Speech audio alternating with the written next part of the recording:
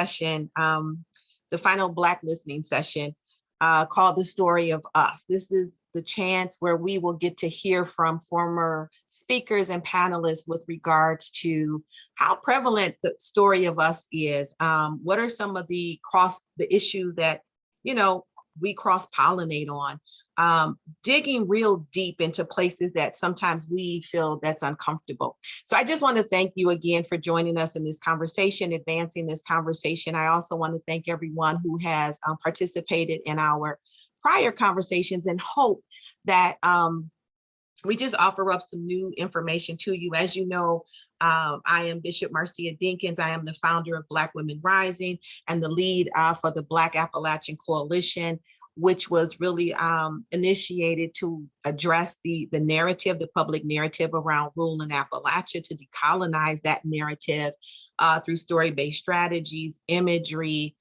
listening sessions, and just really connecting one across another along the Ohio River Valley. This is stories that's coming from people in Kentucky, West Virginia, Pennsylvania, and Ohio. And so I am excited to have these voices with us today.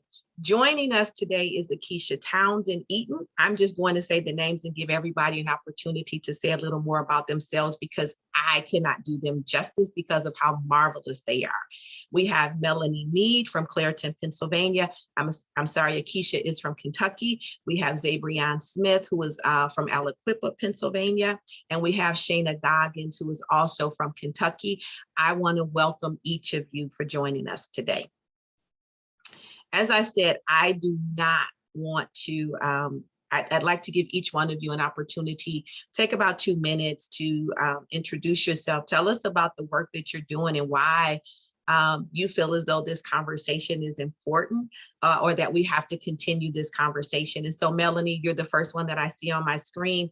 So we'll start with you, go over to Akisha, Zabriawn, and then Shayna.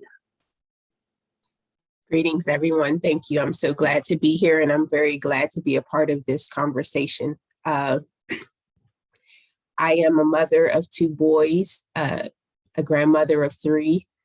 I am the child of Dr. Thomas Meade and Maxine Meade. My father was an educator who chose to stay in the Mon Valley because he felt that little Black boys wouldn't have an opportunity to see men seeking higher education and taking action within the community. He passed away in 2013, which was when I returned to the Mon Valley, and I found that our health crises were really high, and I didn't know about that prior to. So once he passed away, I began to advocate for clean air, clean food, and clean water. And as I learned more about the statistics, I wondered why more people weren't involved. And then I began to realize the politics that take place and the power play and power struggle that we experience in the community just to acknowledge the truth about the pollution that exists. We still have elected officials that will deny us the truth that this is not just steam coming out of those stacks. And so I am here to be a voice for those who don't know they have a powerful voice, to share their stories until they are empowered and educated enough to share their own stories and stand in this space for themselves. And I'm thankful to be here.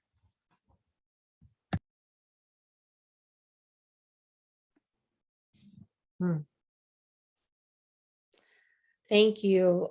So I will go ahead and reintroduce myself. So Akisha Townsend Eaton, I live in Kentucky, have been here for most of my life, am the descendant of many folks in the Appalachian region in Kentucky and Tennessee who really contributed to the infrastructure that we have today, but not always acknowledged for those contributions. And, in terms of being here, I'm so grateful that we're having these conversations and these roundtables to discuss really pertinent issues that are being developed and shaped through policies that we might not revisit for another 10 to 20 years. So I think that now is the time when we're talking about not only infrastructure, but also our global human infrastructure and how that comes back to us as we're, getting through COP26 and we're having these discussions. I think that, there's a recognition that the Black community, Black Appalachians are impacted by all of the negative outcomes that Melanie just mentioned. But there are also special considerations that only we can bring to the table. We're not often included at the table. So then the policy solutions that come forward seem all good and dandy, but in the end, they might not serve those needs that are most pressing. So in my full-time job, I am an attorney. I'm a nonprofit attorney. I actually work in the field of animal protection, which, that's a whole other conversation in terms of how that or how this field connects with Black Americans in general, Black Appalachians. One of the things that brought me to this movement was watching all of the folks who lost their lives in Hurricane Katrina, many of them because they would not leave their pets behind, their dogs and cats behind, and there was not a plan to evacuate them together. And so that's always a story that I keep in mind as I try to advocate for a sustainable human infrastructure that protects Black lives, Black health, Black well-being in so many different contexts. So I'm really glad to be here today with everyone. Thank you, Akisha. Zabriawn. Hello, everyone. Thank you for your time. My name is Zabriawn Smith. I am from Aliquippa, Pennsylvania. I do work through a nonprofit called Aliquippa Green Incorporated. We try to use education as a tool to fuel individual development. We're all about the community being able to empower the community. And in my daytime, I'm a realtor by trade, but I'm a former elementary school teacher. And yeah, that's all I got. Thank you. Thank you, Shayna. Good mid-morning or afternoon, as the case may be. My name is Shayna Goggins, and I am in Kentucky, as Bishop Dinkins mentioned, and I am working as a community organizer with Kentuckians for the Commonwealth. Kentuckians for the Commonwealth is a grassroots lobbying organization, both direct and grassroots, and we really strive to work to provide voices and empowerment to citizens of the Commonwealth of Kentucky. In terms of why I'm very honored and privileged to have been invited to this conversation, is that I grew up in an Appalachian community and I presently live and work in an Appalachian community. And honestly, until a couple of years ago, I didn't realize that you could be Black and Appalachian at the same time. So it's been a really interesting revelation. Really, and when you think about it, it's something that I've always been, but not necessarily known technically what to label it as. So I've really tried throughout the course of my professional and personal life to put myself in places where my voice matters and my voice needs to be represented. So any opportunity that I have to talk about Black Appalachians or Appalachians in general, I most certainly want to be invited to that conversation. So I just really appreciate the opportunity and welcome to all of my fellow panelists and our attendees. Thank you, Shayna. Yeah, our voice does matter. And I am so glad that you have said, I'm going to unmute my voice along with Melanie and everyone else, and we are going to speak loud. I want to welcome Reverend Ronald English. He just joined us in Reverend English. It is so great to have you here. What we are doing just now is taking about 2 minutes and introducing yourself. You know, where are you from, what you do. You are from West Virginia, we know that, and the president of the NAACP, but I would not be able to do any justice to how marvelous you are and what you have done. And then we're just talking about, you know, what brought you here, you know, to just joining us today. All right, I'm delighted to, I think I can be heard, right? Yeah, I'm delighted to be here. And I often say that I really cherish the relationship with Bishop Marcia Dinkins, that I really regard as a solid soul sister for all that she has done and the conversation that she has invited. I am a transplant from the soul dust of the South, where I was born in Atlanta, Georgia, to the coal dust of Appalachia, or to the coal dust of Charleston, West Virginia, some time ago. And that transition has been interesting in many ways. And to be a part of the kind of awakening that I experienced by way of the presence of Black Appalachians and the conversation between Black Appalachians, and for the cause for the conversation at this particular time in our history. I'm really delighted to be a part of this conversation and be in a listening mode for what is coming up today. So I'm just glad to be here one more time. Thank you. Thank you. I think you went to church on this. You're glad to be here one more time. Oh, yeah. Oh, yeah. So I thank everyone. And again, just welcome, you know, for joining us. And, you know, what we want to do today really is to have a dialogue. And the purpose of this dialogue is to demonstrate, as I said earlier, to show that we have more in common than we have differences. Policy makers generally try to isolate us. And so when we are isolated in our work, we feel as though we're the only one who's going through it. We feel like, as Akisha had said, you know, our voices are missing from the table. And we know, you know, Appalachian voices, Black Appalachian voices, Black people are missing from the policy making table. You know, participatory policy making does not include us. And so when we think about our fight around climate and health and environment, and Akisha, you know, I love the fact that, and I've been talking about this since you said it, about how we overlook the importance of animals inside of our work, and how, you know, these are service animals. These are pets who are near and dear to people's hearts, and how even in that separation, you know, how grief and loss is so expansive, and we're finding ourselves being confronted by so much grief and so much loss, you know, with COVID and you know, job loss, and, you know, the isms that come up inside of all of this. And so again, what I'd like for us to do is really to just dialogue. And I'd like to start off, you know, with talking about the health of our Black communities.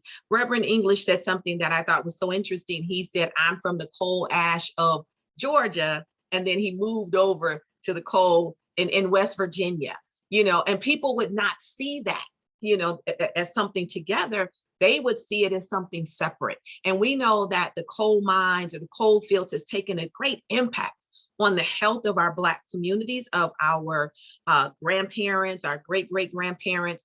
And Melanie is one who I know right now, she being a doctor of a naturopathic doctor, really fights a lot, you know, fights strongly and fiercely about the health of our Black communities. So just starting with Melanie, you know, why is it important for us to fight for the health of our Black communities? And then I'm just going to ask, you know, the others of you who definitely want to interject, you know, let's dialogue, let's interject here and really demonstrate the cohesiveness of what needs to be built so that our voices can be elongated in such a way that we're heard. So again, Melanie, please. Thank you, Bishop. I think that it has historical roots to us believing that we are to endure and experience a harder and more unjust life because of how we were brought here. So in my community, where we have 1 in 20 people will be diagnosed with cancer, we have, first of all, we're a 3.6 7-mile radius town that's annexed by USX Steel. And our youth in our school district, in our elementary and middle school district, have 2 to 3 times the national average in asthma. So those people, the people in our community feel that they are the brunt of their health issue. We don't have medical doctors bringing the environmental health to the scope so that they can understand and see the negative impacts that the pollution has had on their lives. And until we realize its impact on our health, we can't take any true form of action. We don't have our doctors asking us, did you know that this is a poor air quality day? It's in the orange or red. How are you feeling on those days? We are not becoming aware of it because we're still thought to be the second-class citizens. And this has a huge impact, of course, on the Black males. Because they are the ones who are less likely to check in on themselves because they feel that they have to take care of the family for those who are standing in those spaces. So we have to inform them of the importance to take care of themselves so that they can go the distance. We are losing our libraries by not having our elders in place in our community. And that has harmed us even more because we are just getting to the place of having these conversations. And that's why I'm so excited that we have them, but there's so much to be done. And our health is what is most vital, because if you don't have breath, you cannot speak life into the new generations. And that's what we are here for. And that's what I think we can do. First of all, when people understand how to use their land to support them. There are herbs that we can make within our own land. God has given us everything within our land that we can use. There are free herbs we can walk out and get that will help us mitigate what we experience on a day-to-day basis. I'm not saying that will stop our soon or early death, but it gives you a better ease and quality of life. And then you begin to see the value of living better, the value of feeling better, and you want it more. And then you'll want it more for your children and for the elders. So it's my hope that all of us come through realizing we deserve an opportunity to care for ourselves just as much as we're willing to care for the environments that we have been servicing. Thank you. Thank you for that. You said something really powerful. If you don't have breath, you can't speak into new generations. And we don't often think about that. As you were speaking to the healthcare and seeking healthcare and how our men don't seek healthcare, and the impact it has on that. The question that came to my mind is, has racism in the healthcare system impacted people, Black people, from going to the doctor to seek healthcare because of the fact that you feel like you're not going to be treated? How has that, or does it impact, people going to the doctor because you feel like if I go, then what? Or there's nobody that looks like you, If I could add, Bishop, yes, I think that the issues of the distrust that we have in our medical experience, and as well, the fact that we are told it's our fault. When there was a study in the University of Pittsburgh, it was recent, within the last 3 years, that stated if everyone in this region, in the Southwestern Pennsylvania region, stopped smoking cigarettes, the respiratory issues would not change. The rate and data of our respiratory issues would not change. So when people are blaming themselves for their cancers or their respiratory, their asthma, or their child asthma, then they are not holding accountable the entity which can change, and we can't make them change. They have to change for themselves. And that's where I feel we're not educated at the school levels. We're not even starting our children in most of our communities in the AIU with, you have a right to breathe clean air. You have a right to eat clean food. You have a right to have clean water. And when you get their little minds in that way early on, then that gives you a group to work with. That gives you a group that can grow and build and create more. But in communities like mine, they don't have the conversation because they know that the people in power don't want to have the conversation. When your mayor works for the industry and his children don't attend the school that he is the mayor of, there's an issue. And there is something that is terribly wrong when our education in our communities isn't preparing us for the environment that we have to endure and live in.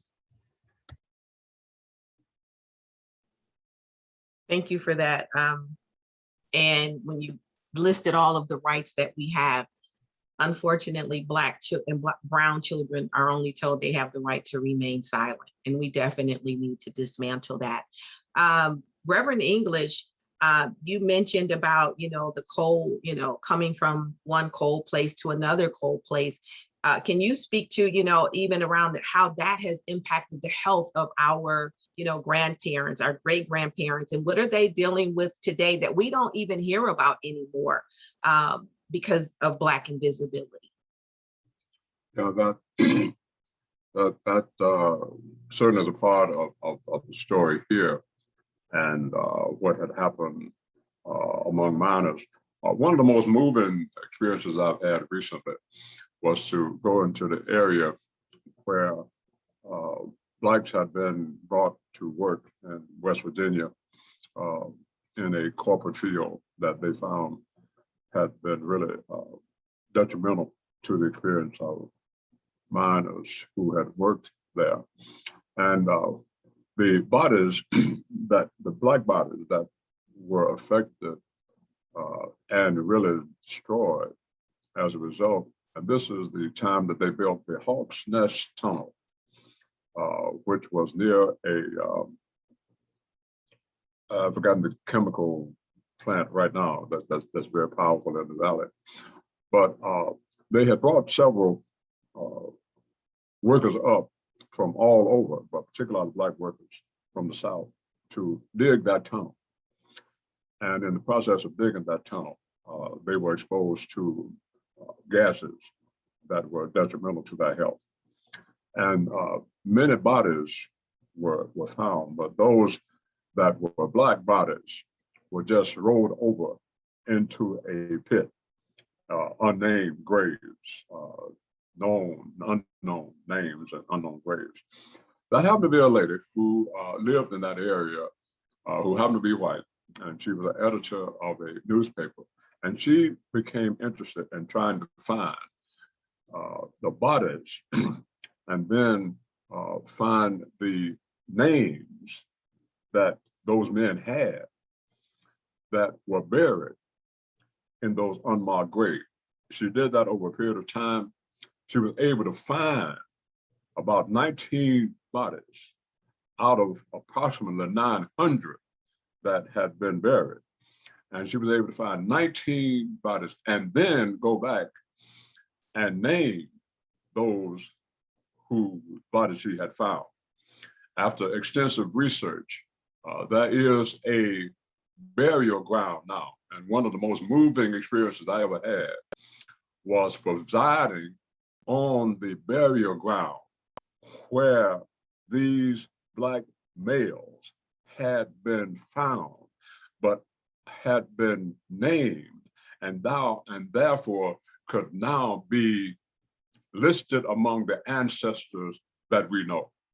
And so the most moving experience that I had was pouring libations on the graves of those men who had been at least identified, and then connecting with the story that brought them there and caused them to suffer that kind of indignity.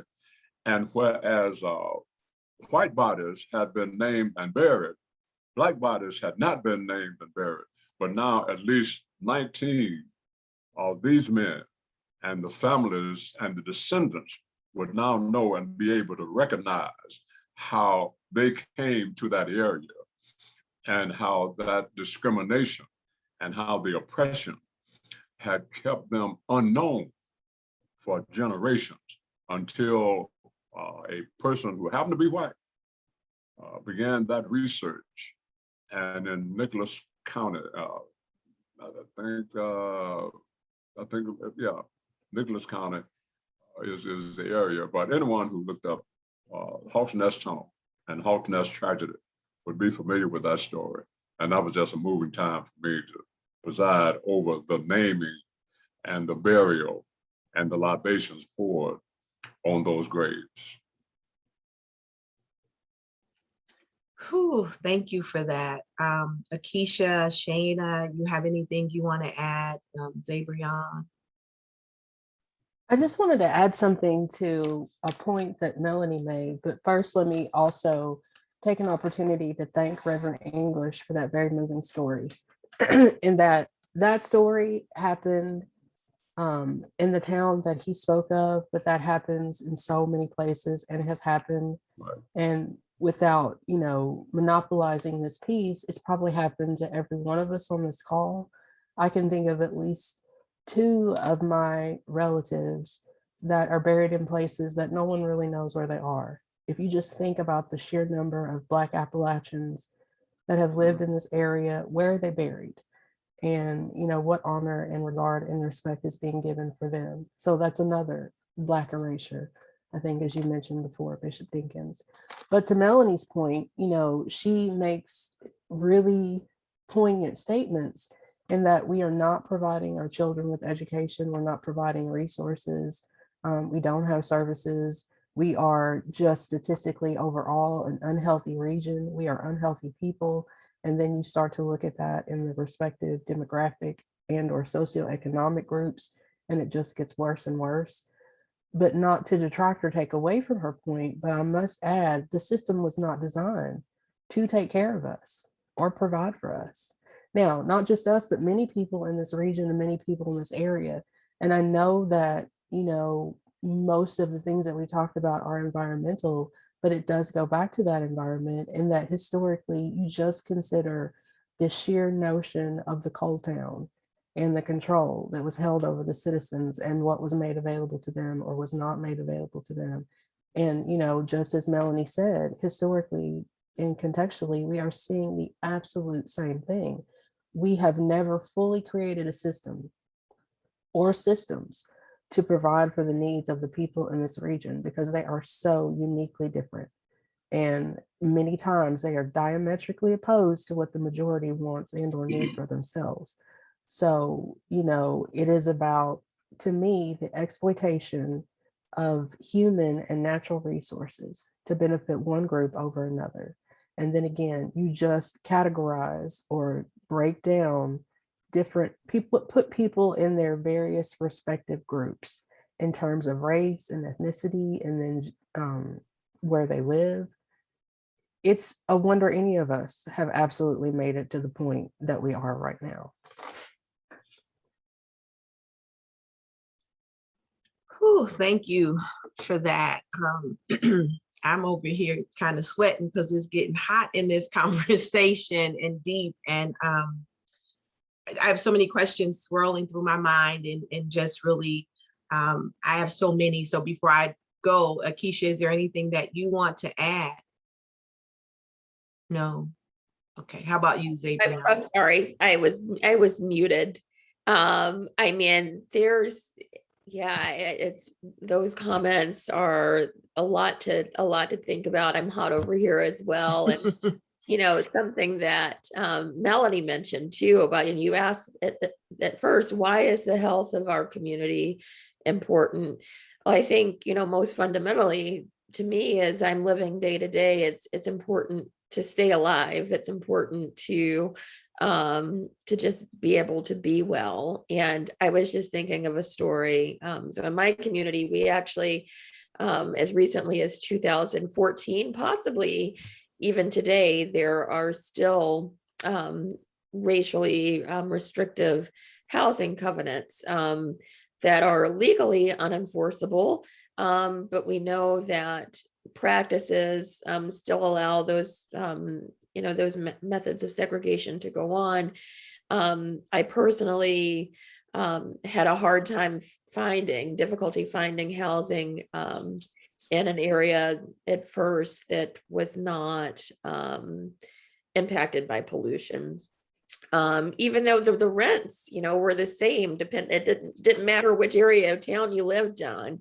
It's just that a certain group of folks live in one section of town predominantly, and other people live in other sections of town. So I happen to have asthma, and on certain days when the pollution from various factories around would come over, and I would go outside, and maybe it was a hot day as well, so just a conglomeration of environmental factors just weren't working. I thought, gosh, I can't focus today on work. I can't focus on being an active citizen in the community, and being aware of what's going on and engaging through public comment. I'm worried about breathing today. Fortunately, I was able, I had the resources to go to a hotel on the really bad days and get a fresh breath of air, and be able to, process my thoughts. But it's just, I think that we're in a really privileged space today. We talk about infrastructure and access to broadband and access to things that allow us to come to this space. And, I feel like there are a lot of disadvantages that we have, and at the same time, we're a very resilient people. I mean, Shayna was like, it's a miracle that we have gotten to this point, and yes, and that is so true. And I'm encouraged at the same time by us getting together. I know that when we do have the tools, and when we are in community, there are so many things that can happen. We talked about that story that Reverend English shared. I never knew about the unknown bodies and the unmarked graves, and I'm sure that has happened in every community. Yet when I go to some place in Kentucky, I was recently looking for a grandparents headstone that I hadn't been to in a while, and this is a tight-knit community, and I just happened to see some teenagers walking down the road. And, she was in the Black cemetery. She decided that she wanted to be as many of older folks, and, even folks of all ages decide that they do want to go back to the segregated cemetery. And the teenager said, well, what is your grandmother's name? And I gave them the name, and they were like, oh, well, she's over there. And I was like, how did you know that? And it's just, a testament to the fact that, our communities can be strong, and do well with the resources that we have, and that we keep, and that we build as well. So I just wanted to share those stories, but I'm just very moved by what's been shared. Thank you. Zabriawn, you have anything you want to share? Yeah, so for me, I believe that it's important to remember that, the narrative assigns value. So the reason why we have difficulty with, like health issues and things like that is because, there's this narrative that says either we are not capable of making decisions on our own, or not in control of our own communities. And I think it's because that narrative assigns us a lesser than value that we then choose to take a role of lesser than. So when I talk about educational empowerment, I think one of the big things is just recognizing that the community, when activated, is stronger than any of the individual institutions that they situate into the community in order to remove our own agency. And so as an example, like I have no, I'm a former teacher myself. I come from a family of teachers, but at some point we have to recognize that as a community, there are school districts that are sat inside of our community in order to undermine our own ability to create our own narrative. So we won't be able to model and model the correct behavior as far as health decisions, and we won't be able to properly educate the youth on these types of on the proper health decisions until we're able to activate the community, so that, because the thing about it is, like, when they go into these schools, right, there's kind of this top down like messaging that happens that tells you, okay, this is the way that things happen in this school, which is supposed to inform them how it goes in the community. But in reality, it's supposed to be the other way around. So if we spent time outside of school, outside of, city council meetings, outside of all of those institutions that have external influences, and we just sat with the residents, and just the residents met up and spoke about what needs to happen, I think that we would be able to overcome a lot of the issues that we're talking about now, because it'd be a little bit easier to model it, because we wouldn't have the interference of all of these institutional powers that come in and say, well, this is how it actually is. So for me, it makes more sense to say, hey, I know that the answer is to have a more nutritious and physically active diet. So not just what we eat, but just everything about what we consume, from what we listen to, what we hear, what we touch, what we sense, everything, all of our senses, right? Our entire diet needs to change. So coming back to my community after going to college and things like that, it's important to say, okay, well, this is what I'm going to model to the best of my abilities to my community. And in hopes, not so much that you make some wide sweeping change, but just that the next 2-3 people that you live next door to, or that, younger cousins, nieces, nephews, things like that, can see the changes that are happening in your life, and then they can make changes. And then, when they get older, if those changes stay with them, they can pass it on to a younger generation. I just feel as though we try to take one big swipe at everything and we miss it all, instead of just taking the time to slowly, uproot all of these institutional influences, that because they outlast all of us, all of our lifetimes. And that's the problem is, we spend a lifetime trying to create an institution that can fight against theirs.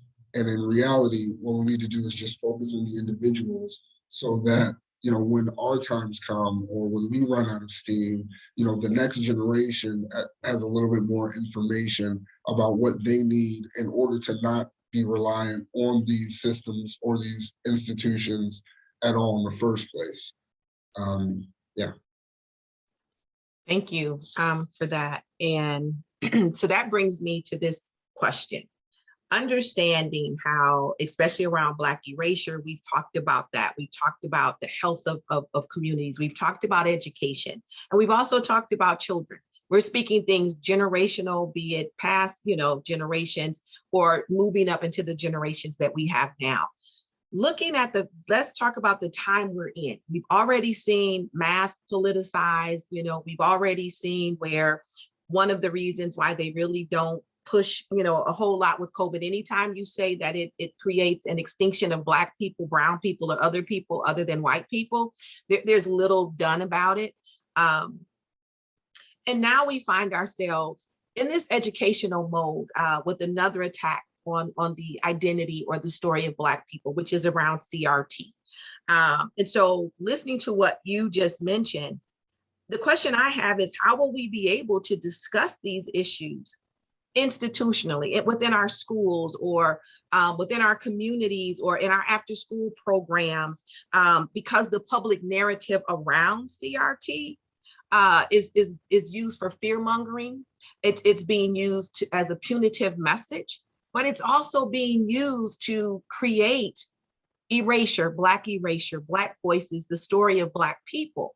And so, Akisha, I'd like to ask, how do we begin to have these conversations? Because, and I'm starting with you because we know CRT really started in the legal field, and somehow or another, it spilled over into, the politicization around Black people to demonize, weaponize, and so many other things. But we know part of it is, and what my fear in this is that we're here to talk about it today. But if things continue to go, as Zabriawn said, the person who has the narrative is the one who's in charge. And so if we're reducing, again, other ways to create Black erasure, what does that mean for the generations to come? Maybe my great-great-great-grandchildren, I probably won't be here. But what does that mean if things like this continue to go? And how do we talk about it, in a way that we can even feel safe talking about it? Yeah, I mean, I think that's the most burning issue that is on my mind right now. Most Appalachian states do have a critical race theory bill that has been introduced in the legislature. I think pretty much all of the states that are represented today have some type of legislation. And as you mentioned, they are being called critical race theory bills. Critical race theory is rooted in the legal systems and systemic oppression that intersects with various legal theory, often explored at the university level, not in kindergarten.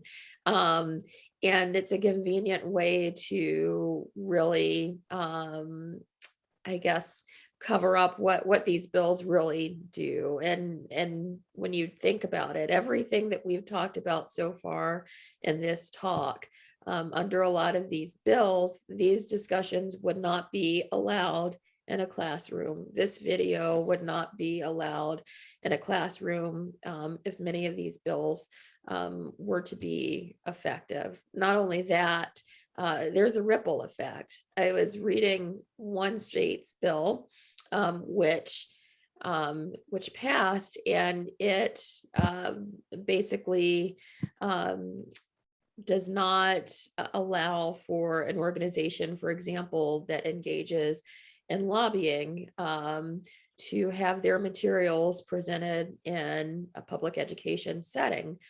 Well, that's pretty expansive. That's pretty broad. I was thinking about an organization that lobbies for service learning in classrooms, right? Because the lobbying isn't just impacting race, it can be on any topic. But service learning is very important in Black communities. And there are grant opportunities that are associated with that as well. So the ripple effect is that those opportunities are possibly on the table as well. Discussions around factual occurrences that have to do with race and the impact on certain groups. I think that the overall effect is that, should these bills, and many of them, will become successful and pass the legislature and become enacted in law. As a result, many instructors will feel that any subject having to do with race in any way will not be allowed to be discussed. It worries me as a mentor as well, who is sometimes invited to speak with groups of students, and who, I also mentor students on the weekend outside of their school, but they learn about the program at school. And these programs take place in a public school. Those programs are also in jeopardy. So I think the thing to do right now, while we were gearing up for legislative sessions, is to find out if your state has a bill, what the language is, because the language is a lot broader than most people recognize, and applies to a lot of different situations. And really, it's going to disable students of all colors to be effective leaders in their communities and put us as at a disadvantage. And they affect pretty much all of the Appalachian states, but it's a very concerning reality that intersects with everything that we've just spoken about, because if we can't speak about it, we can't do anything about it. And, that might be the intention. Yeah, thank you for that. Shayna, you being a former educator at a university, would you like to add anything to that before we go to the next question? I think we can all acknowledge that there is power in language. And just as Akisha said, it would really behoove us to know specifically what these bills and or potential pieces of legislation look like, in that there is an intention. You see all over social media and popular culture that CRT is basically just a telling of actual history. So if we're going to go to great measures to make it difficult just to talk about things that are obvious and or the given or impact or influence systems or states that we're in, that is, extremely problematic. But I think the other piece of this is that there is the power in sharing your story and telling your story, and that no one can necessarily deny your reality compared to theirs. And so spaces like this and the individual work or collective work that we do, just to keep the topic at the forefront, if you will. I think we talked about this last time in the session that I participated in, that these are not new topics. So we're not talking about new things. Melanie has given us examples of that, Zabriawn and Reverend English. And throughout history, we've always adapted in some way to be able to share the truth of our experience. And I just think about my experience teaching Appalachian studies, because again, this is a majority white space on the surface when we think about it, right? But we know that that's not the reality of it. So there is an incredible amount or sense of pushback on this, because it needs to be, because if you are telling groups of people that you, not a member of that group, can dictate how they talk about their history or their experience, then what are we doing? What is it all for? And can I add to that just a minute, because I just remembered too, in terms of sharing our stories. So not only do these bills prevent instructors and teachers from including these concepts in their curriculum, but there's a question as to whether students will be able to share their experiences and their stories in the classroom, in a journal entry, in any type of format that they've historically been able to do, and to share. And that's also, as we give voice to younger generations. I'm a millennial, and they're, very active young people in the generation that comes after me, including in our own Appalachian region, that are doing excellent work for their communities.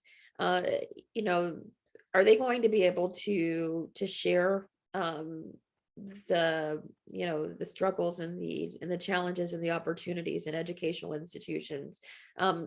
Not as easily if these bills pass. So it's really important to be aware and engage, and to let your legislators know how you feel about them. Bishop Dinkins. Yes, sir. I appreciate somebody had really put up the story of the Hawk's Nest in more detail as I was speaking, but critical race theory really takes me back to an event that happened not long after I came here in 1972. The two community events that I took part in was a garbage worker strike, which was going on in Charleston at the time. And because of my relationship with Dr. King, just felt committed to be involved in that. But the other one was in 1974, the Kanawha County textbook controversy gained national attention.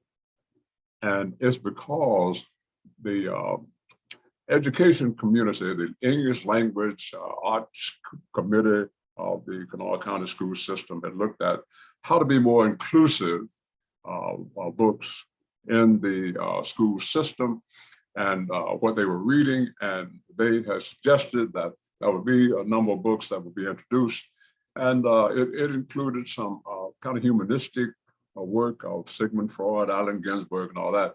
But when they came to the Black authors, one of the books being considered was Eldridge Cleaver's Soul on Ice and the Autobiography of Malcolm X. Well, a member of the board, Alice Moore, protested that those books were not faithful to the American narrative, and also how they were opposing the kind of fundamentalist doctrine and teaching that had been really exercised considerable authority over parents in this community.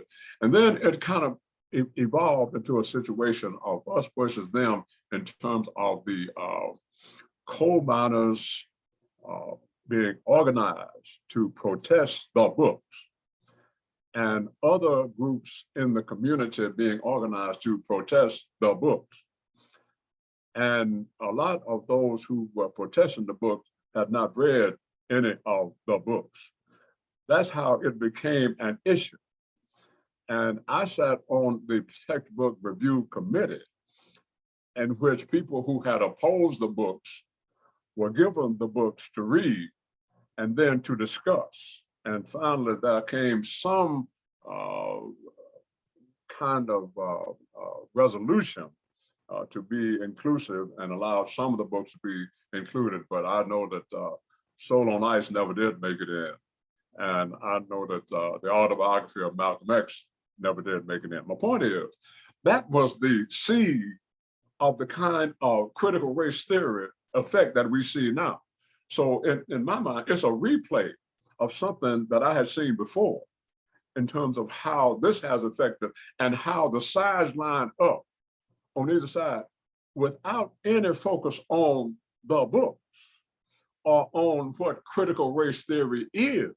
It is being politicized in such a way that it puts fire under the us versus them mentality and conflict in our community. And to be aware of how this pattern has existed and how it has resurfaced in 20, where we are now. Well, but it had really sourced in a school book controversy of 1974. Same stuff, different day. Isn't that our story? Same stuff, different day. Melanie, you have your hand up, by all means. Yes, I mean, with Shayna and Akisha and Zabriawn and Reverend English have brought some thoughts to mind. And the one thing America has been really great at doing, and I've always spelled America with 3 Ks since college, they have always praised us for our resilience, but they've denied our truth. And that's what I see what critical race theory has done, is it denies the truth of our experience to say, oh, but you were so resilient and you made it through. Why should we still be making it through? Why should we even have that at the table when we had thriving communities before you needed our labor in these spaces? My family was a family that had been with the Indians. So my grandmother, her last name was Randolph. They had an area, a tract of land that was called the Randolph Hollow. That land is now the home of the first mill workers. So they took the land from my family, they put the mill workers' homes there. And so our children don't know that we weren't impoverished. Some of our family members who grew up in projects think that that's the way that we are. The education doesn't allow us to know we are creators and builders of our own needs. We have within us the ability to endure and become resilient at all costs. But we shouldn't have to do it at the expense of making their lives better, making their workers have more fruitful life. For example, the mayor in our community has had cancer twice, and he's living and thriving through it. How many Black families along the Appalachia can say that they have that same experience? What preventative measures do we have in our Appalachia communities to discuss prevention for cancers, prevention? And how can you discuss prevention when you're not changing the industries that are causing the pollution? The pollution is the education is toxic because it's telling lies. It's feeding our youth lies, like the pollution is stifling like the police are stifling our breath. The education is stifling the oxygen to our brain to actually understand what it is we're experiencing so that we can link together, like what you've provided for us, Bishop. I mean, what you are providing, I hear you all say you all are hot, but I just feel something here that has me ready to go up, ready to fly and soar, because we are here having the needed conversations. For many of you, you're working in a time during a pandemic we've never experienced before. So I just praise you all for what you're doing. And I encourage you to take time to pause and be thankful and hug yourself. Hug yourself. Put love on your heart, just like this. Put your hands like this and love on yourselves, because this is the power. You all are our power. If you all, when Reverend English decides, I'm not fighting this, we lose that information that he has, that narrative that keeps us pushing to the truth, to the cause, to the root. Just like our medical field doesn't honor our root causes, nor does our education system. Education justice or education inequity, health inequity, environmental inequity. What justice is justice. And when, like you had mentioned earlier from the beginning, Bishop, the divisiveness.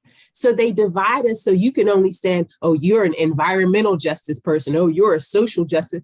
It is all one. And when we can holistically address it and collectively use our knowledge, that's when we are restoring power. That's when we are ready to rebuild or build anew. I like how you mentioned in another conversation where we need to imagine from a new place, not reimagine what the wheel had already created and try to fix that wheel, but to make a new wheel out of new material, hopefully recycled. That was beautiful. I saw Zabriawn giving you the fist and a whoop whoop and all of that. So Zabriawn, is there anything you want to add? Melanie, I just want to thank you because you brought some beautiful points home, and Shayna mentioned, yes, intersectionality. And I want to build up from that because I have two questions that I'd like to ask the group to really speak on. But before doing so, I saw Zabriawn just like in the back, doing all his gestures of yes. So just wanted to know if there was anything that you wanted to add, Zabriawn. I'll try to keep it as brief as possible. Their ability to keep hold of the narrative is what assigns the value. I genuinely do not know what CRT, I know what it stands for. I don't really know what all goes in it. My thing is just, why go against the grain? So if they say, Souls on Ice, you shouldn't read it. Okay, sure, yeah, it's bad, whatever you say. But it's like, it's allowing them the agency to say what is and what isn't, as opposed to just, kind of disregarding whatever the conversation is at a higher level. Because again, not yet, at least, they can't stop what goes into the home. So I think it's way more important that there are copies of the Autobiography of Malcolm X, copies of Souls on Ice, and, a host of other books. We used to have, Black bookstores in communities. That was very common. at least from my understanding, like I didn't get to experience any of those, but I know that at one point those existed. So again, for me, it just always comes back to, we have to recognize the inherent value in the fact that these communities are physical, they're real, they exist, and all of their power is centered in the location and right where they are, as opposed to the elementary, middle school, or high school, which power is all derived from the district, which is derived from the state, which is derived from the federal, right? So we can remove those things because we're here in the places that we are trying to affect. Also, the only thing that we do, we have one program at Aliquippa Green, and it is Saturdays. We bring kids in and we teach them computer programming. So someone had mentioned, I believe her name's Marie, talking about Saturday schools, and I think that's in the similar vein. So I just encourage everybody to just remember, like, we have a lot of agency here, and we have the ability to circumvent really all the craziness that they're usually talking about, because at the end of the day, it's just another thing to be distracted by, where in reality, what we need to do is just make sure that every Saturday, every afternoon after school, we are sitting together as communities. We are connecting with parents and grandparents who need help and need educational resources so that they can model proper learning behaviors at home, as opposed to expecting everything to be done at school, so that their children can learn from the home in the same way that they used to. And to be honest, if I can speak very transparently, in the way that most of these white homes do. Most of these white families that we talk about, they're not learning about the stock market and things like that at school. They're learning it at home because that's a part of their everyday conversation, right? So all of the things that we feel as though they're able to take advantage of and use as some type of tool of oppression is really something that's taught at home. So the real question to me is, not what's being taught at school or what's being not taught at school, it's what's being taught at home in our Black communities. Thank you for that. And I think, you raised some good points. I think just a little bit of my pushback would be, as we stated before, and you stated so wonderfully, it's learned in the home, and the white people are learning it at home. And so what happens is, because of this dominant culture, they can go out and talk about what they do in their home, and it doesn't have an impact on them. If we look at this in the reverse, going back to the conversation around CRT, we teach our children at home Black history. We teach them that, their identity, but yet we have legislation that's trying to mute their voice around who they are and their identity. And so it creates this conundrum, so to speak, as to we can educate and empower, and then when we send them to a system, educated and empowered, because of the narrative from top down, it begins to disempower the voices of our children, and discourage and diminish. So it's like, how do you balance that when you have a certain piece of politicized legislation that is trying to diminish the voice? Akisha, I see your hand up. Yeah, yes, absolutely. I mean, I can't echo enough the importance Zabriawn mentioned of being able to look at this issue from a multimodal standpoint and having those strong foundations at home. I personally learned about Soul on Ice from my mom when I was 7 years old. She is a Kentucky educator that really was instrumental in pushing the advances of the Kentucky Education Reform Act for the benefit of all students in our Commonwealth. I think what really concerns me is I don't want to use my taxpayer dollars, because, you know, as Melanie said, yes, we are resilient, but we often do it at a cost. I'm funding the diseducation and the disinformation that occurs or that can occur as a result of not having a full picture in our public classrooms, to the disadvantage of not just Black students, but all students in the classroom, because, you know, that, you know, we can learn what we can learn from home, but then it becomes our responsibility also to educate the dominant culture. And it's, you know, in a way that it shouldn't really be our responsibility. So absolutely, I think that, you know, to the extent that you know, the pushback is successful, and it already has been in some places, I think that they will be challenged in the courts. It is nice to have that strong foundation in the, you know, every other space that we can. Thank you for that.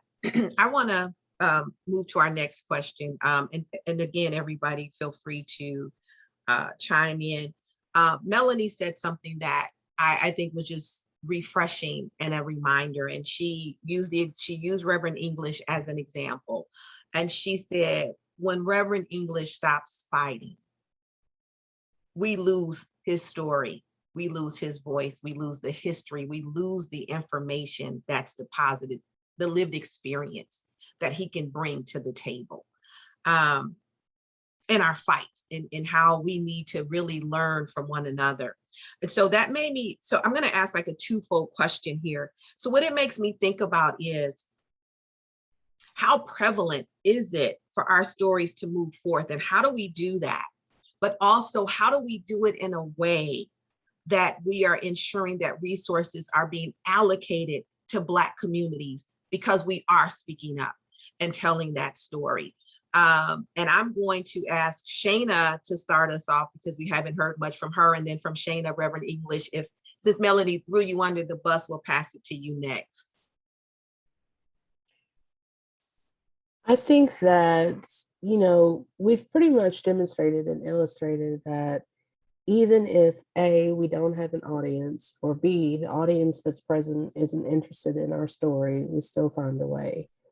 So, you know, there's a theme that just keeps running from this, in that I don't think we really fully understand how much it means to be able to show up in a place and be 100% genuinely yourself.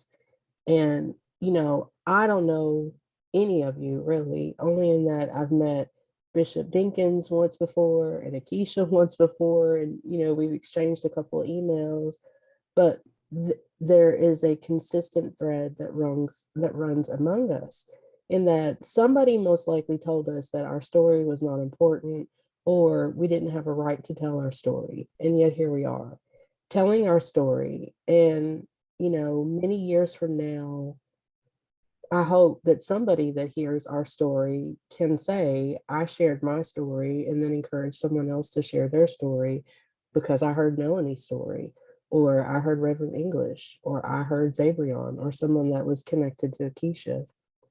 So, you know, I don't know if there is a formalized process or a system in which we do this, other than we just keep doing what we're doing.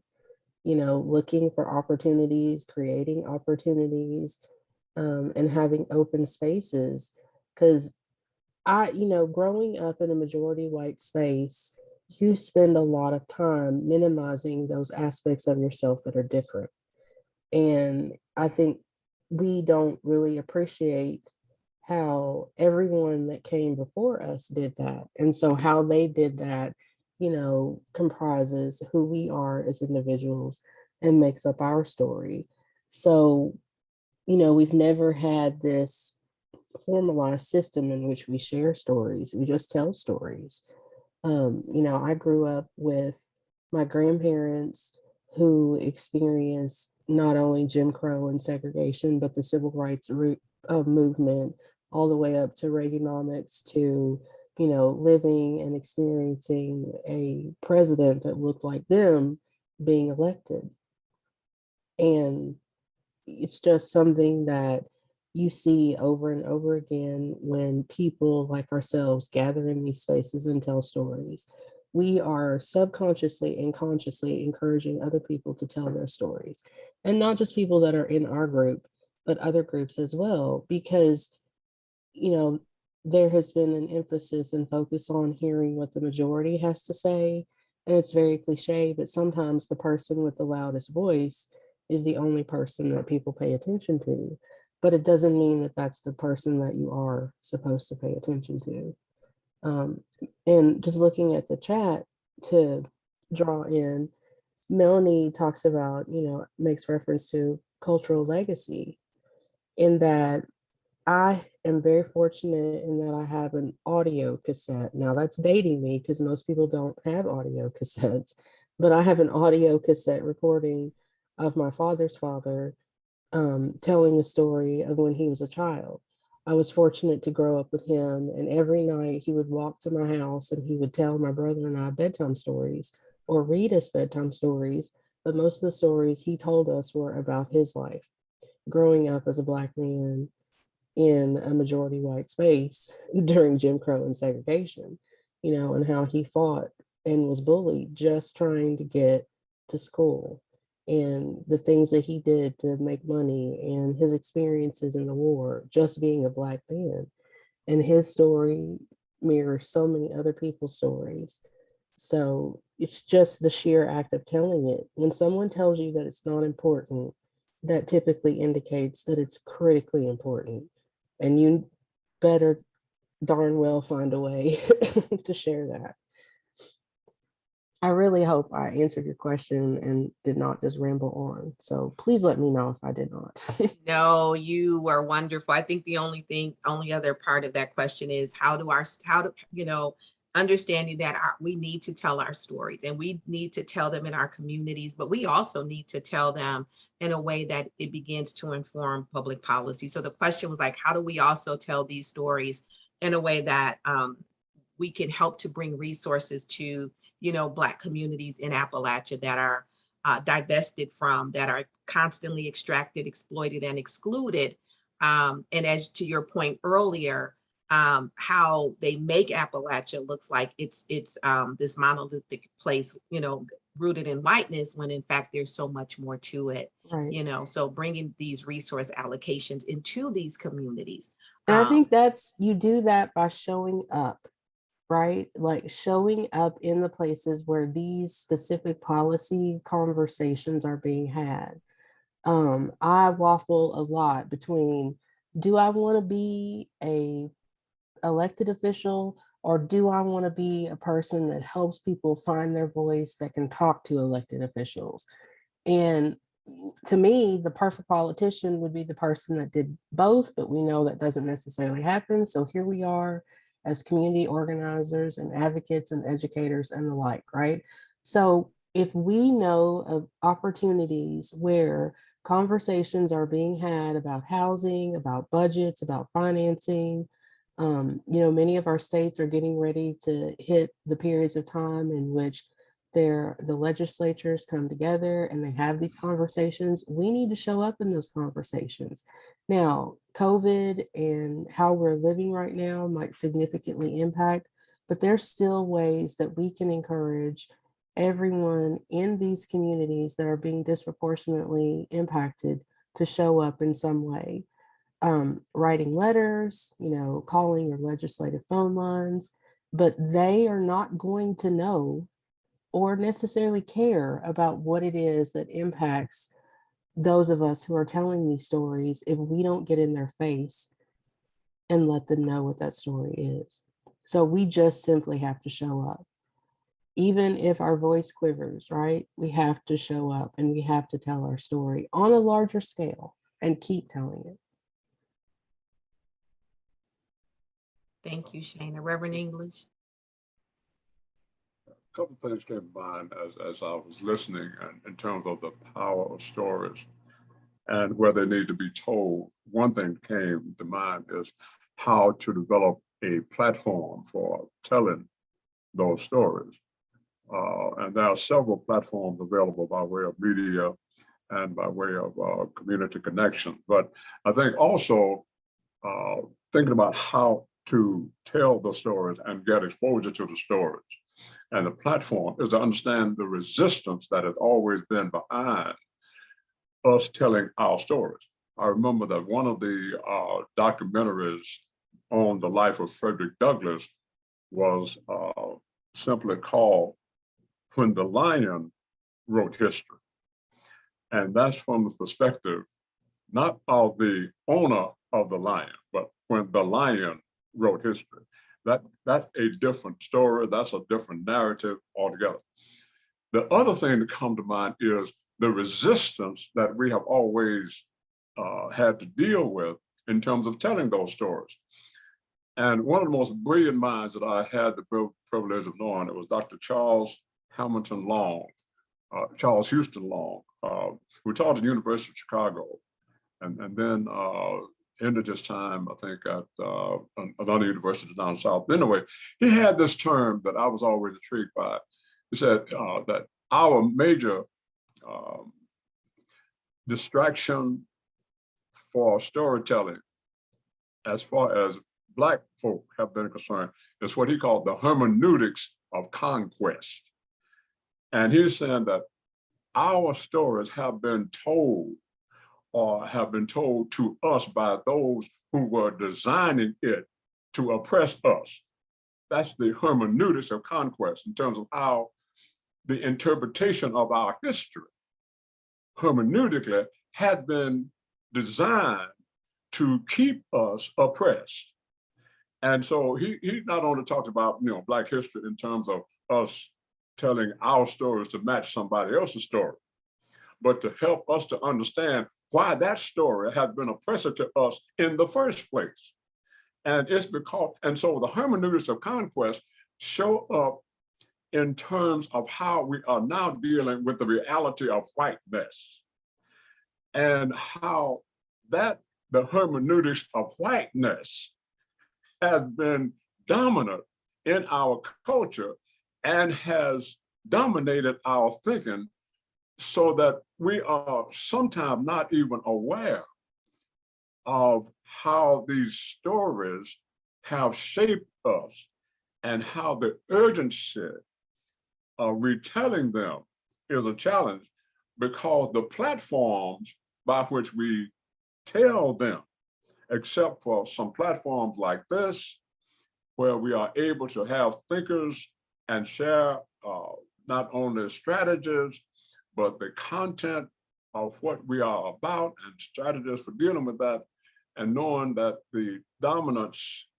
of whiteness and the hermeneutics of whiteness is very much still a part of our culture, and it affects the platforms where we are able to tell the stories. Thank you for that. We're getting close to time, so I'd like to know, Akisha, Melanie, or Zabriawn, do you have anything that you want to add to what the question that's being asked around the importance of telling our stories and how we can use it to make sure that we're bringing resources into our communities? I think that is perfect. I apologize, everyone. It's perfect in that it's a Sankofa moment for me. My parents, like Zabriawn, were educators. So I was taught about the African experience and their colonization. So it wasn't just a one-sided. Because my father taught at the university, I sat with Asian students and Indian students, a diverse population where I was exposed. Many in my community had never left this side of the river. So this opportunity to open ourselves up to hear and share stories, number one, like you said, it lets us realize we aren't alone in our struggles. And our resilience doesn't have to continue in the way that we've allowed it. We can now take control, as had been mentioned, I believe, with Shayna or Zabriawn, that we can recreate the control that we have to establish and move forward.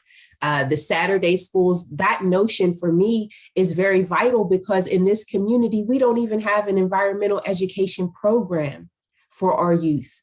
So how do we prepare them for their future lives in these regions if you haven't told them about the environment that they live in? And until you do that, you're not changing anyone's future. And that's what I feel needs to take place, and we have to take ownership of it. One thing that I will mention, and please forgive me, but I feel like our churches, where the basements used to be used for mobilizing and organizing, in some way, in my area, the industry has gotten hold of that. So they give gifts to those churches so that we don't have access. I don't have any free space to have this conversation in this community. And we have a public library, a public school system, and public land. And that is the politics that exists right now. So as Reverend English mentioned, this is history repeating itself, and we have to capture what we can do collectively to stop or halt that repetition, so that our youth don't feel like they have to witness and experience the repetition. They can remove themselves. And what can we do to create a space where they remove themselves to truth, where they don't have to fit into the boxes that they force us to, so that we collectively create green jobs. We collectively use natural health resources that we didn't have their access to their medicine. And we lived better then than we are now. So we have to go back to the roots and the bark and the flowers and the leaves within our environment. And that's all we had when we came here. And it sustained us and it kept us resilient. So let's restore that thinking and let's come back collectively. Thank you for that, Melanie. Zabriawn, a few minutes, please, and then we'll start wrapping up with like last words from everyone. Thank you.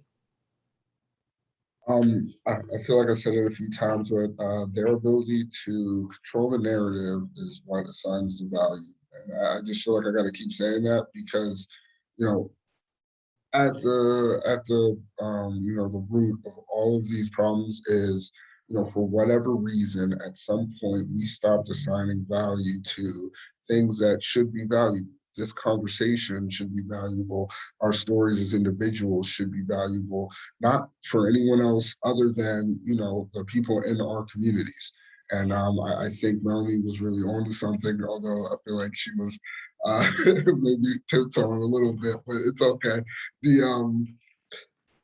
There was a time in which we could look at churches as, as like the Black church as an institution was once a safe haven for the community. And I'm not saying that it isn't in some regards, but, I grew up in the church. My family's, I have a family of, we're just pastors and teachers. So I get how that goes, but there's definitely been a loss of influence in the Black community. And then that begs the question, well, what are people in the Black community, specifically the younger generations, looking to and seeing as valuable, right? And a lot of it is the technology that they've used to come in and supplant what we watch, right? Because when you can design or create an app that gives younger people the exact video that's going to, just hit the right portions of their brain, because that's a lot of the technological work that they do, is just figuring out what is the next video that is going to provide you with all of the responses in your brain so that you keep watching these videos. So we have to recognize that we have to reestablish our value system in our community. Thank you for the ability to, right, yeah, conditioning for sure. Like, thank you. I don't want to, thank you. Thank you, everyone. This was such a rich conversation, and I'm like, I don't want this to end. So we don't want it to end. We're going to continue to do this. And so what I'd like to do is really just give everybody a short window 30 seconds, I'm sorry, 45 seconds. Just you got some last words, please, by all means, share them. And then we'll wrap it up. I want to be respectful of everyone's time. I'll look forward to continuing these stories. And as always, I'm so grateful to be in the company of so many amazing people. And, I think that there also are many opportunities to share our stories and successes. And, one of the things that I can think of in recent years, that it was a successful story with a faith-based community and a grassroots organization, which happens to be Shayna's organization, KFTC, as well as a number of different organizations based on our historical knowledge of gentrification, displacement, unjust enrichment in the Black community. We were able to work together to save a historic Black neighborhood that was in danger of being demolished and replaced by contractor garages. Somebody in the community saw that, and now, he's a Black entrepreneur who is instead restoring the houses that the board said could not be restored, and building up new affordable houses where that was not even going to be a possibility. So those are the kinds of stories that just, really give me hope and fuel, and I'll look forward to sharing and collaborating. Thank you. Bishop, Yes. I really appreciated being a part of this conversation. The only thing that I would say in wrapping up is a question that I was really tempted to raise, but I want to be respectful of the question that you already had. And that is, what is shaping our story now concerning the resistance to the vaccine in our community? We've had some conversations about that in terms of how that is rooted in some resistance based on the Tuskegee experiment. But there are many who are dealing with that question now that were not aware of the Tuskegee experiment story, but how this has impacted the resistance among our community and the cost of that in terms of our children. But I wanted to be open to both, and therefore I had participated in a conversation hearing both sides. And one side of the person who was resisting said, and similar to what Melanie had talked about, that he was very much concerned about what goes in his body and how he's been trying to live up to and all of the things that are necessary to make the body resistant to certain viruses and narratives and that kind of thing. So I respected that in terms of what he and where he was coming from. But I think that there's still some discussion that needs to be had as far as how it is affecting our community, how it is affecting our children, and how our reasons for resistance may have impact that's going to be significant in terms of this continuing conversation about the vaccine. But that's a whole nother conversation. But I did want to raise that in terms of I hope that we could have time to deal with that platform and what values promote that particular response. Yes, we will. Marie Cochran actually put in a couple questions around that, around COVID and the conversation and the impact with Black people. So just know that Shayna, Akisha, Melanie, Zabriawn, Reverend English has given us another conversation to talk about. So I will be reaching out so we can have this conversation as well. Part of, the work of Black is to lift the stories around everything that impacts us. We're people-centered, looking at the issues that impact the people. Shayna, Melanie, any last words? And I want to thank everybody. If you just give us an extra 3 minutes, we'll be wrapping up. And thank you for the grace that you've given us, and going over this 1 o'clock, the time. Shayna, I was just going to add that we needed, to do what we said we were going to do, which is continue to have conversations. And then Reverend English spoke. So I think there you go. Yes. Okay. Thank you, Melanie. Yes, I'm just thankful for each and every one of you here. I'm thankful to you, Bishop Marcia, for this opportunity, and for Black. You all have given me hope. I am the last living immediate relative at the age of 47 years old, not having my parents or my siblings. So you all have provided a soul trap for me, and I'm elevated every time I'm in your space. And that is one thing that we strive for, because the one issue I feel like that exists is that the terrain separates us as well. So that those mountains and rivers and valleys can really deepen our separation. But what you provided here is a richness and a restoration of us coming back together and knowing that we are loved and in the safe space to express ourselves and be authentically who we are. So thank you so very much. And I look forward to continued conversations as well. Thank you. My eyes is sweating right now. How about you, Zabriawn? You have a last statement for us, or you could? Just want to encourage everyone to continue to be intentional about building up your communities. I picked up this book, I've been reading it. It's called Blockchain. It's just illustrated guide to blockchain. And I haven't even delved deep into it. But what's important is to recognize, things like a lot of our issues stem from these disparities that we allow to continue in our community. So there's a large technological gap that we experience every day and we do not acknowledge. This book was written by, I think, 3 people in China.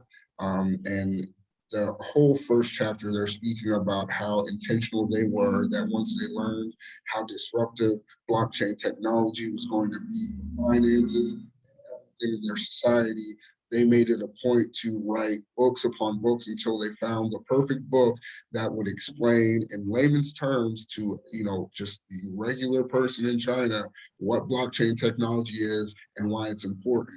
And I feel like we need to take that model and say, for everything that's coming up, we not only need to, support and encourage the more bright minds in the community, but we need to make sure that everyone isn't left behind in our community and has an understanding of what's going on. Thank you for your time, and thank everyone for the space. Thank you. If you'd like, Zabriawn, you can put the name of that book in the chat, so that others who may be interested in reading it, they'll have an opportunity. But I want to thank Zabriawn, Reverend Ronald English, Melanie Meade, Akisha Townsend, and Shayna Goggins for your powerful voices in this space. And I just am so thankful and feel so honored and privileged to be able to witness you all in such a wonderful way. My day started off bad, but you have got me leaping right now, looking for the next, as I'm just gonna go church on you for a minute. You made my baby leap today. So I am so thankful as we do this. I wanna thank Joanne Kilgore and Ben Hunkler from Orby, who has provided so much support, background support with regards to this and technological support.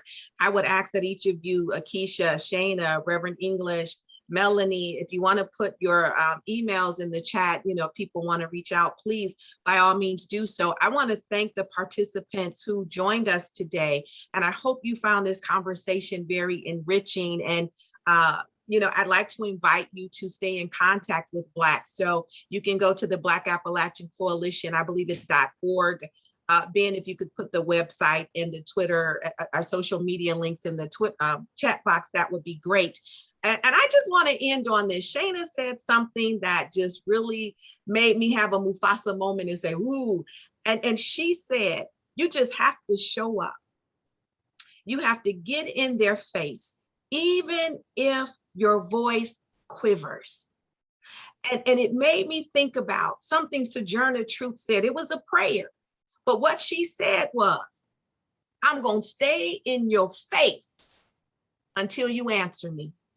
I encourage each and every one of us, especially from a public policy standpoint, we have to do like Shayna said, we have to show up We have to get in their face and we have to stay in their face, even if our voice quivers. For those of you who, and I'm not imposing my beliefs upon you, but what I do know is this, is Moses stuttered. He had a thick tongue, but one thing about it, there was an exodus when he showed up on the scene, because he looked beyond the quivering, he looked beyond the stuttering, and he saw the greater beyond that.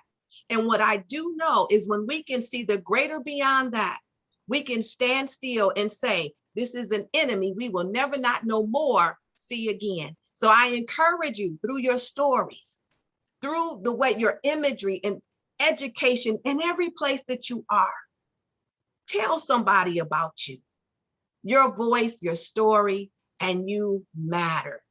Again, thank you everyone for joining. We will have, I'll be reaching out to everyone on December 17th at 10:30 a.m. Eastern time.